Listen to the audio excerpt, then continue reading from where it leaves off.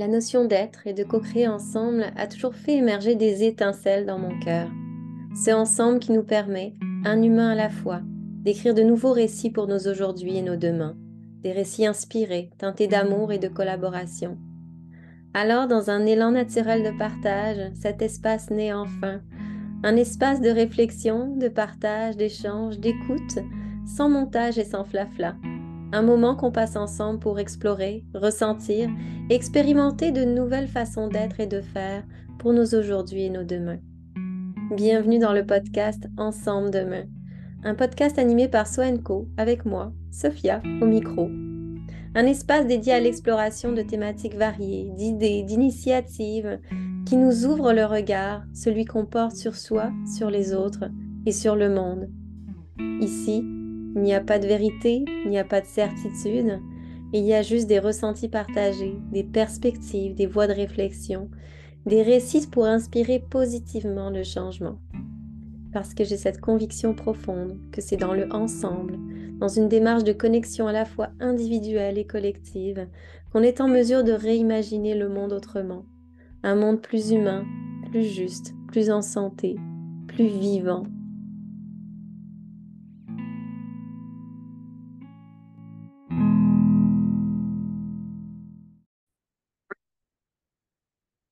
Bonjour et bienvenue dans ce nouvel épisode du podcast Ensemble Demain.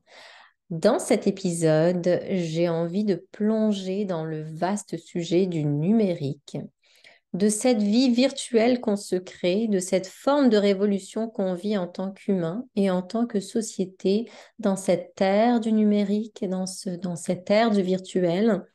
Et c'est un sujet super important pour moi parce que j'ai énormément de questionnements sur la place que prend le numérique dans nos vies, sur le manque de législation en place en lien avec la sphère du virtuel, sur cette liberté qu'on a le sentiment de gagner, cette connexion, mais que je ne suis pas certaine qu'on gagne finalement parce que dans cette ère du numérique où on est à un clic de connecter à l'autre, est-ce qu'on ne perd pas pied finalement? Est-ce qu'on ne perd pas le fil rouge du monde réel? On se connecte constamment, on se connecte à l'immensité du monde, mais en souhaitant constamment être connectés les uns aux autres. Est-ce qu'on est en train de perdre quelque chose d'essentiel dans nos vies?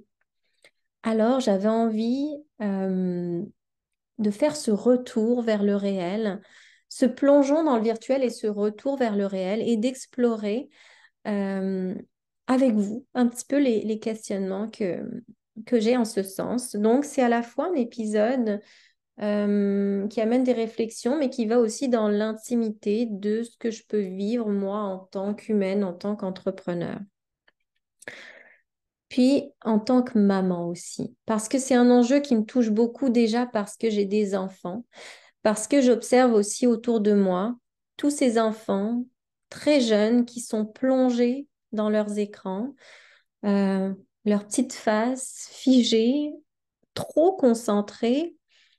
Et ici, je veux tout de suite dire que loin de moi l'idée de porter un jugement sur les choix de qui que ce soit. Mais c'est vraiment une question qui m'habite moi personnellement dans mon rôle de maman. Est-ce qu'on sait réellement ce que le numérique est en train de créer comme vie pour nos enfants, comme bouleversement dans leur cerveau? On est au tout début en fait de cette exploration, donc on ne sait même pas ceux qui ont baigné depuis tout petit dans le numérique, dans le web, dans la surconnexion. Qu'est-ce que ça crée chez eux? Alors, ce que ça a créé plus intimement dans notre cocon à nous, c'est qu'avec Samy et Liam, on a fait le choix de les garder loin des écrans, excepté pour les conversations vidéo ponctuelles avec nos familles au Maroc et en France, pour préserver cette forme de lien avec les gens qui sont loin. Puis c'est peut-être aussi pour nous la plus grande beauté et les plus belles avantages du web, ce pourquoi on se dit, mais c'est beau quand même le web, le numérique. Mais autrement, on les garde le plus loin possible et on troque la vidéo YouTube quand on est au resto, dans un avion, dans un train, contre un livre plein de mystères à découvrir à chaque lecture. Puis moi, je suis une amoureuse de la lecture, puis je pense que ça nous amène dans un monde imaginaire un monde qu'on se crée, mais dans lequel notre cerveau est en mode d'imagination, de créativité. Mais justement, dans cet élan-là de protéger nos enfants, ben, souvent, il y a le doute qui me revient. Est-ce que c'est réellement la bonne chose à faire que de temps les en éloigner, de créer comme cette coupure? Combien de temps surtout est-ce qu'on sera en mesure de les préserver du virtuel? Et est-ce qu'à un moment donné, en grandissant, est-ce qu'ils vont se sentir exclus? Est-ce qu'on va les exclure du monde réel à l'école quand leurs amis vont parler de la nouvelle vidéo, du nouveau film, du nouveau ceci ou du nouveau cela?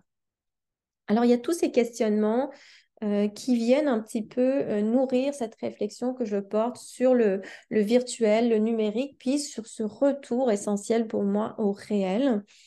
Il y a un an déjà, j'ai quitté les réseaux sociaux et j'ai réduit considérablement ma présence numérique pour mon bien-être d'abord. Je ressentais très fort cet élan en moi de me comparer, de me dévaloriser. Ça jouait sur mon anxiété, sur mon estime qui est fragile. Et puis cette connexion virtuelle et continuelle, euh, ben, pour moi, ça a amené un sentiment profond de solitude qui faisait juste s'agrandir, s'agrandir et s'agrandir. Puis au fur et à mesure que ça s'agrandissait, je pense dans cet élan peut-être d'appartenir ou d'être vu, mais il y avait parfois ce que je ressentais comme une forme de censure de mon authenticité, euh, pas de ne pas nommer mes vraies valeurs ou qui je suis, mais parfois de censurer dans les mots que j'allais utiliser, peut-être pour appartenir justement à ce groupe-là.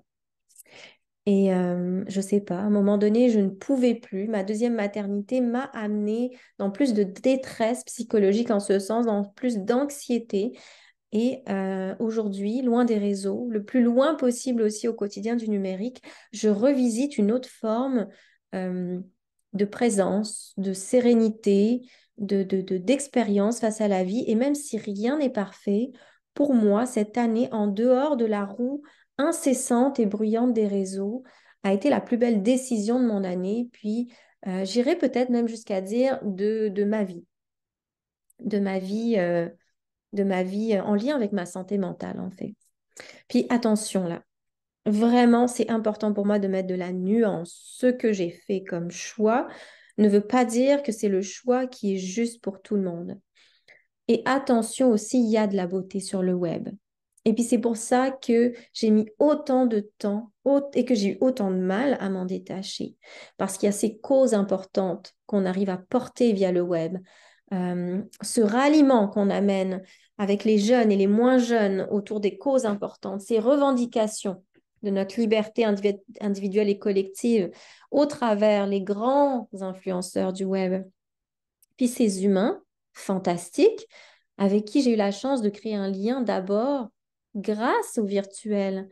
Alors, je suis dans tout un paradoxe parfois, puis je pense que c'est important à noter parce que c'est peut-être un paradoxe qui est très personnel, mais qui est peut-être aussi très universel, dans ce manque de lien qui s'amorce sur le web et ces causes qu'on y porte.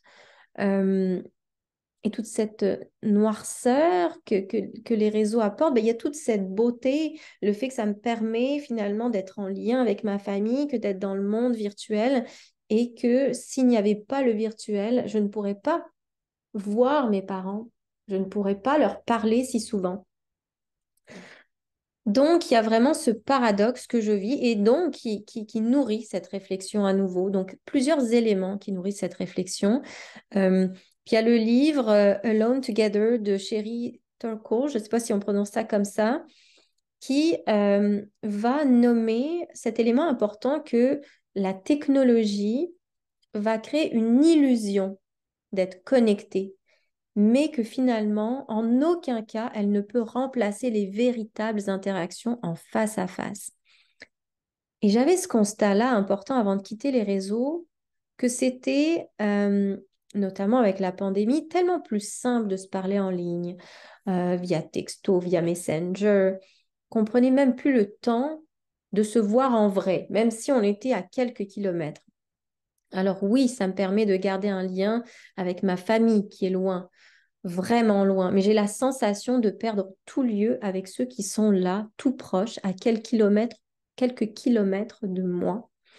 Alors quand j'ai quitté les réseaux, la première chose que j'ai eu envie de faire, c'est d'initier des rencontres dans le réel, sans agenda, sans limite de temps, sans limite de mots, juste de connecter, de se regarder dans les yeux, de se prendre dans les bras, de ressentir la résonance, de vivre nos émotions aussi dans ce processus-là.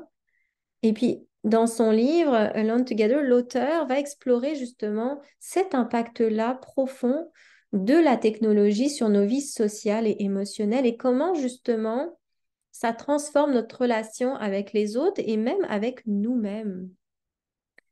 Et dans le livre, il examine notamment euh, comment finalement utiliser la technologie pour se connecter avec les autres, mais en restant seul physiquement, dans ce contact du corps qui s'efface, ben, ça crée justement, parce qu'on est profondément des êtres sociaux, ça fait partie de nous dès la naissance, ce besoin d'être en lien, ce besoin d'attachement chez l'enfant, ce besoin d'être en connexion, de connecter à l'autre, d'appartenir. Ben, en dehors du vrai, on ressent, au lieu d'être connecté, ce qu'on ressent, puis ce qui se développe, c'est ce que je vous partageais, que j'ai moi-même ressenti, c'est cet isolement, ce sentiment de solitude et que je ressens moi encore parce qu'inévitablement, même si je suis sortie partiellement du numérique via mon retrait des réseaux sociaux et mon ralentissement aussi du grand tout, je laisse mon téléphone. À un moment donné, je suis partie pendant 3 semaines, je n'ai pas pris mon téléphone, je n'ai pas été du tout dans la sphère du numérique. Mais ça reste que ben, mes amis, mon entourage sont dans ce réflexe-là de communiquer dans le virtuel. Donc, j'ai envie de vous poser plein de questions, mais la première étant, quand vous scrollez sur les réseaux ou sur le web en général, en quête d'une résonance, d'une connexion, d'un like, d'un post inspirant, d'une personne que vous aimez suivre, mais comment est-ce que vous vous sentez après l'utilisation? Euh, Quand vous connectez à vos émotions, quel est l'état de vos émotions? Quel est votre ressenti post-scrollage? Et si je reviens au livre Alone Together, l'auteur aborde aussi la notion des relations entre les humains et les robots, hein, parce que là, on est tout le temps connectés, on nous parle d'intelligence artificielle à tout va. Elle explore comment les interactions avec les robots sociaux puis l'intelligence artificielle peuvent influencer justement notre rapport à nos émotions et notre compréhension de qu'est-ce que la connexion humaine. Donc, il y a comme toute une transformation dans cette communication qui se crée. Ce robot vendu comme le progrès ultime qui améliore encore et encore notre vitesse et notre si précieuse performance. Et bon, vous sentez, je pense, l'ironie ici, mais, mais mais il y a quelque chose qui se transforme dans notre rapport au monde, notre rapport au temps, notre rapport aux autres. Et puis c'est primordial de le voir, d'en prendre conscience et de juste observer ce que ça nous fait à nous individuellement, d'observer autour de nous. Qu'est-ce qu'on constate autour de nous? Donc cet épisode, je le veux à nouveau non pas comme un rejet total du numérique ou une diabolisation, même si je sais que euh, en ce moment, dans mes réflexions, il y a le plus le côté contre qui ressort, mais j'ai envie vraiment que ça sème une graine de réflexion quant à la manière dont la technologie, dont le virtuel affecte nos vies, affecte celles de nos enfants. Et comment est-ce qu'on peut réussir à trouver une forme d'équilibre entre la connexion virtuelle et la présence physique? Comment est-ce qu'on peut maintenir des relations authentiques au-delà du virtuel? Comment on peut faire ce saut à nouveau dans la beauté du réel? Puis, ça m'amène inévitablement à parler de présence. Parce que j'ai souvent parlé de présence dans ce podcast. C'est un thème qui me touche particulièrement. J'ai aussi parlé de temps aussi, puis je pense qu'il y a un lien entre notre rapport au temps puis la présence. Vous irez écouter les épisodes si ça vous tente, l'éloge de la présence, puis et si on repensait notre rapport au temps, mais c'est parsemé un peu partout dans les épisodes. Puis je réalise qu'avec cette immersion constante dans le virtuel, ben, moi, ça a affecté ma capacité d'être pleinement présente dans le moment. Ça a activé mon pilote automatique. Et Nicolas Carr, dans son livre, va explorer un élément important, en tout cas que je trouve important, mais justement l'impact du virtuel, d'Internet sur notre cerveau et notre manière de penser. Puis ce qui soutient, lui, c'est que l'utilisation constante justement d'Internet, du numérique, qui se caractérise par la rapidité, par une multitude de stimuli, de liens, vient altérer notre capacité à se concentrer profondément et du même fait aussi à réfléchir de manière critique. Puis, voyez-vous à quel point la pensée critique a une place fondamentale dans nos sociétés, dans la transformation qui se passe dans nos sociétés, dans la transition qu'on vit. Et la réalité, en fait, c'est que notre cerveau, lui, n'a pas changé. Et pourtant, aujourd'hui, il se doit de s'adapter et de répondre de plus en plus vite à une multitude de stimuli. Donc, on est pris dans une économie où notre attention est ce qui est prisé. Vos courriels, là, par exemple. Est-ce que vous avez parfois la sensation que vous devez y répondre tout de suite? Le texto que vous avez reçu, il faut y répondre tout de suite. Euh, si je reviens au livre de Nicolas, ce qui commence par nous dire dans son livre, c'est nous amener un peu dans l'histoire, le portrait de l'évolution de notre manière de communiquer, du moment où l'imprimerie est arrivée jusqu'à Internet. Et il examine aussi comment ces changements ont façonné notre cognition, nos processus cognitifs. Et puis, ce qu'il va chercher ensuite dans les résultats d'études et qui est super important, puis là, vous allez comprendre le lien avec ce que je ramène dans la culture entrepreneuriale, mais ce qu'il suggère, c'est que se plongeons dans le virtuel, cette utilisation d'Internet peut venir remodeler la structure même de notre cerveau avec des effets sur notre capacité d'attention, sur notre mémoire, sur notre capacité de se concentrer et sur notre réflexion profonde. Sauf que dans un monde en profonde transition, on a besoin d'aller en profondeur dans les grandes thématiques et de se questionner en profondeur. Puis il discute dans son livre du concept de plasticité cérébrale et de la capacité du cerveau à s'adapter à son environnement. Et donc que cette utilisation intensive et excessive du virtuel, du web, du numérique, peut nous conduire à adopter des schémas de pensée, des habitudes de pensée plus superficielles et donc avec une forte diminution de notre rétention d'informations et dans notre capacité à aller se plonger dans des sujets complexes, à aller aborder des thèmes dans toute leur complexité, dans toute la diversité des perspectives, dans une pensée critique. Et donc, ça soulève un grand enjeu et un grand questionnement sur les conséquences culturelles et sociales de cette transformation cognitive, qui suggère que la manière dont on consomme l'information, finalement, au-delà de ce qu'on peut ressentir individuellement, pourrait aller influencer la nature de notre pensée collective. Donc, à nouveau, un moment ici juste pour s'arrêter ensemble et pour réfléchir sur la façon dont on utilise le virtuel, sur les avantages et les inconvénients qu'on ressent individuellement, sur les impacts invisibles, parce qu'il y en a. Il y en a sur nous individuellement, sur la santé mentale, donc ça affecte le bien-être d'une collectivité. Et il y a aussi les impacts invisibles, même d'un point de vue environnemental, parce que ça, on n'en parle pas. On a souvent parlé du papier, de l'importance d'aller dans du papier recyclé, de préserver l'environnement en lien avec tout ce qui est imprimé, mais on parle peu des impacts invisibles d'un point de vue environnemental du numérique, du web, de ces objets, ces téléphones dernier cri qu'on a tous. Et puis, il y a un livre super intéressant, c'est celui Voyage au bout d'un clic, qui nous ramène dans la réalité de l'impact tangible du web sur l'environnement. Donc, ce qu'on pensait comme inoffensif ne l'est peut-être pas. Mais ça, c'est encore un autre sujet, finalement une autre perspective à explorer. Mais là, il y a une question encore plus profonde qui se pose pour moi.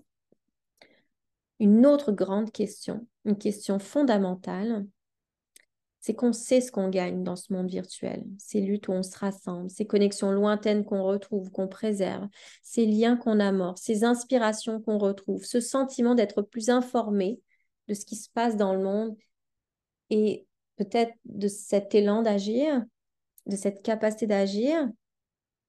Et puis si on revient à ces luttes-là qu'on entame collectivement avec les avantages du numérique, du virtuel, ben souvent elles sont en lien avec notre quête de liberté ou la préservation de notre liberté. Mais la grande question, j'y viens, c'est est-ce qu'on ne perd pas un gros bout de liberté dans ce monde virtuel, dans cette aliénation que ça crée? Alors qu'on est tous dans cet élan d'être libre et qu'on revendique cette liberté dans toutes les sphères de nos vies, qu'est-ce qui en est de cette liberté qu'on s'enlève au travers le monde virtuel? On s'enferme dans une bulle virtuelle, dans des chambres d'écho. On s'éloigne alors peut-être de cette diversité aussi, qui est tellement importante dans notre pensée critique. Et cette liberté-là, cet asservissement qu'on ressent de devoir être sur le web, d'être présent dans le virtuel, de répondre vite. Est-ce que c'est vraiment ça, être libre? Est-ce que c'est vraiment ça, être libre, que de ne pas parvenir à se détacher de nos téléphones intelligents, même pendant le court moment d'un repas, d'un moment en famille, d'un trajet en métro? Et là, je ne m'exclus pas. Il y a des moments où c'est des moments fantastiques, mais il y a cet élan, cette forme d'addiction à mon téléphone qui fait que j'ai besoin d'aller à ce moment-ci consulter si quelqu'un m'a écrit. C'est quand même incroyable. Puis dans nos trajets de tous les jours, où est-ce qu'ils sont nos livres? Où est-ce qu'ils sont nos regards? Où est-ce qu'on est en fait? Sur quelle planète on atterrit quand on est sur nos téléphones? Alors, est-ce qu'on ne serait pas devenu esclave malgré nous de ce progrès technologique qui exploite constamment, finalement, qui est exploité par les grandes entreprises de ce monde, qui nous ramène dans cette économie de l'attention dont on est la cible? Et là, je vais revenir au mot liberté. Le mot liberté, dans son étymologie latine, va dériver du latin donc libertas, qui va signifier état de celui qui n'est pas soumis à la servitude, à la dépendance, à la contrainte. Donc le concept de liberté nous ramène souvent à cette notion d'autonomie, d'indépendance, de cette capacité à prendre des décisions sans être assujetti à des contraintes extérieures. Mais quand on parle du virtuel, est-ce qu'on ressent vraiment qu'on n'est pas soumis? Est-on pas dans la servitude, dans la dépendance, dans la contrainte perçue aussi? Mais je vous pose la question. Mais ma réponse, à moi, dans l'instant, puis elle peut évoluer, c'est que le retour vers le réel, c'est comme une liberté qu'on retrouve, comme une autre forme de retour à notre liberté d'être et d'agir sans la pression d'une norme sociale qui s'ancre encore et encore, qui nous pousse à agir vite, à aller vite, à se connecter constamment, à emprisonner notre cerveau dans une mare d'informations. Retourner vers le réel, C'est une invitation à redécouvrir l'authenticité des connexions humaines, à sentir la texture des relations dans le réel, les émotions, les regards, les gestes, des éléments qu'on perd complètement dans le monde virtuel. Un retour vers le réel pour retrouver une profondeur, une forme de vérité. Et j'assistais au mois de décembre à un atelier de co-développement avec d'autres acteurs de changement au campus de la transition sociale à Montréal. Et ce qui m'a le plus touchée lors de cet événement de co-création, qui se tenait pour la première fois dans le réel sous cette formule, c'est pour moi ce lien émotionnel qui a pu se créer dans ces face-à-face, dans ces regards qui en disent long sur notre ressenti. Et je sais pas, comme une humaine qui sait peut-être plus accueillir tout ça, qui a trop baigné dans le virtuel, je sais pas. J'ai encore été celle qui a pleuré à la clôture du cercle parce que c'était juste beau, c'était touchant, ces liens-là dans le vrai auquel j'aspire et qui me touchent profondément. Et il y a Henri David Thoreau dans son exploration de la vie simple qui nous rappelle la beauté de la simplicité et de la connexion aussi, donc avec les autres, mais avec aussi la nature. Et lui, il parle de je parle du virtuel, mais lui, il va parler de manière globale de tous les artifices de la modernité et ce qui s'élève dans cette simplicité, c'est cette liberté qu'on retrouve dans le réel. Donc les espaces virtuels, ils nous offrent des horizons infinis, mais ils peuvent aussi devenir ces formes de labyrinthe où notre liberté s'égare. Et au travers les réseaux, les algorithmes, les pixels, ben, on peut se sentir aliéné plutôt que libéré. Puis Simone de Beauvoir nous disait, dans, dans une observation qui est très lucide, qu'on ne naît pas libre, on le devient. Et ça, ce que je veux en tirer de cette phrase, c'est que peut-être que dans le monde virtuel, ben, la liberté, ça devient, ça nécessite un acte délibéré, une conscience éveillée pour ne pas s'emprisonner dans d'autres chaînes invisibles. Chaque clic, chaque like, chaque partage, c'est une transaction dans cette économie de l'attention. Puis c'est important de se le rappeler là. Et au cœur de ces défis-là qu'on vit tous, ces questions qu'on se pose tous, ben, il existe la poésie virtuelle qui subsiste. Donc, il y a aussi une question de quelle information on choisit de laisser entrer dans nos vies. Quel récit on a envie de laisser entrer. Au travers cette expression individuelle que nous amène le virtuel, ce podcast en est une forme d'expression créative. Si ça n'existait pas, le numérique, le virtuel, ben, je ne serais pas là en train de m'exprimer et d'essayer de faire rayonner une réflexion, une idée. Mais dans chaque élément du web, ben, je pense qu'on a une liberté qui demeure, qui doit demeurer, et puis une capacité à façonner notre expérience du monde dans un équilibre, justement, entre ce virtuel, dans la beauté qu'il apporte, mais de ne pas oublier que le plus beau, le plus important se trouve dans le réel, que la véritable liberté réside aussi dans cette capacité à naviguer dans cet océan du numérique avec discernement, à cultiver notre poésie intérieure dans un univers virtuel qui nous amène dans différentes formes d'illusions. Et, euh, et voilà, comment est-ce qu'on peut retrouver cette harmonie, ce lien, puis sans vouloir aller dans des solutions, mais il y a cette présence-là à cultiver, dans cet art d'être présent à chaque instant, dans cet engagement à être pleinement là où on est, à l'instant où on est. cette présence dans ce choix conscient de détourner notre regard des écrans pour embrasser la réalité qui nous entoure, pour être pleinement engagé ici et maintenant. Pour moi, il y a aussi le silence. Quand je suis sortie des réseaux sociaux, ça a été un vide, ça a été un silence, mais ça a été un silence important, un silence qui est rempli d'une sérénité.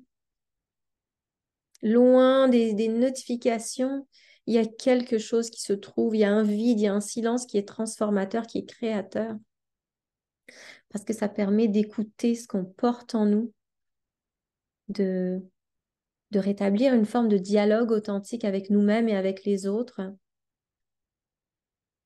Et ce silence-là, ben, il nous permet d'entendre ce qui est important. Alors, autant à l'intérieur de nous qu'à l'extérieur, les petites gouttes d'eau qui tombent, les battements du cœur de notre enfant, de notre conjoint, de notre ami, le vent qui souffle.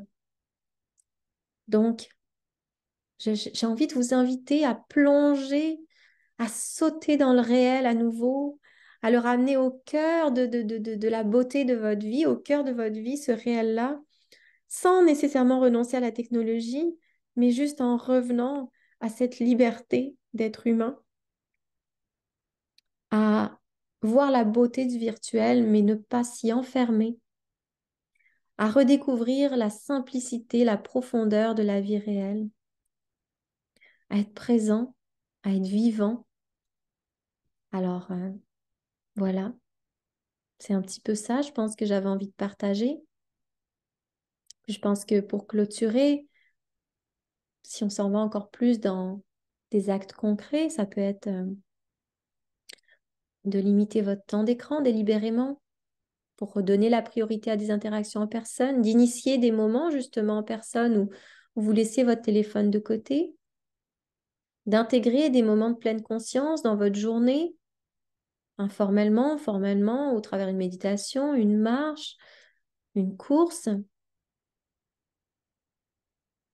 Donc, voilà, d'amorcer ce rééquilibrage délibéré dans vos vies, d'embrasser le réel et de prendre le temps de nous déconnecter peut-être pour mieux nous reconnecter avec tout ce qui nous entoure. Alors voilà, je vous souhaite un merveilleux retour vers le réel et n'hésitez pas à me partager vos réflexions, la place où vous êtes rendu. N'hésitez pas à passer le mot autour de vous de cet épisode, ça peut entamer des réflexions chez quelqu'un d'autre autour de vous. Merci d'être là, merci de m'écouter, merci de me soutenir, c'est plus précieux que tout. À bientôt.